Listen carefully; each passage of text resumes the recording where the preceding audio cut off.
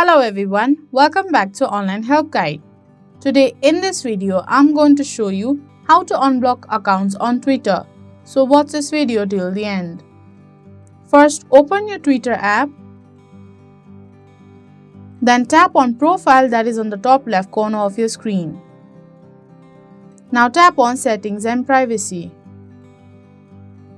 On Settings page, tap on Privacy and Safety. Now tap on Mute and Block. There you will see a lot of options. Tap on Blocked Accounts. Choose the username you want to unblock and tap on Blocked. So that is how you unblock accounts on Twitter.